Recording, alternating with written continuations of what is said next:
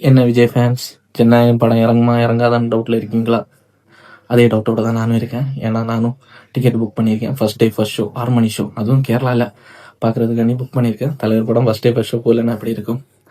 And இது என்னமோ விஜய் படம்னாலே ஏதோ ஒரு பிரச்சனை இருக்குது கன்ஃபார்மாக. எனக்கு புத்தி வந்த காலத்துலேருந்தே இது இருக்குது. பட் இது ஏதோ கார்னர் பண்ணி பண்ண மாதிரி தான் இருக்குது. ஏன்னா ஒரு 12 o'clock பார்க்கும்போது ட்விட்டரில் கரூர் ஸ்டாம்பேடுக்கு விஜய் மேலே சிபிஐ சம்மன் போட்டிருக்காங்க. அண்ட் ஒரு 2 மணிக்கு பார்த்தீங்கன்னா இந்த ஒரு இஷ்யூ, சென்சார் போர்டு ரிலீஸ் பண்ணலைன்னு சொல்லிட்டு ஒரு இஷ்யூ பார்த்தாலே தெரியுது. கார்னர் பண்ணி தான் பண்ணியிருக்காங்க இந்த ஒரு விஷயத்த. அண்ட் தற்கூரி வெற்றி கழகம் ஃபேன்ஸ், நான் ஆக்டர் விஜய் ஃபேன்ஸ் சொல்லலை, தற்கூரி வெற்றி கழகம் ஃபேன்ஸ் ட்விட்டரில் போய் பார்த்தேன். தீய சக்தின்னு சொல்லி டிஎம்கே போட்டு அடிச்சுட்டு கிடந்தீங்க. ஒரு சின்ன இன்ஃபர்மேஷன், இந்த சென்சார் போர்டு வந்து யூனியன் மினிஸ்டர் கீழே வரும். நீங்கள் அவங்கள ஆக்டும் அடிக்கணும்.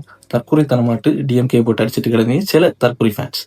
அண்ட் இன்னொரு விஷயம், கரூர் ஸ்டாம்பேடுக்கு சிபிஐ கேட்டதும் இதே தற்கொலை வெற்றி கழகம் ஃபேன்ஸ் தான்.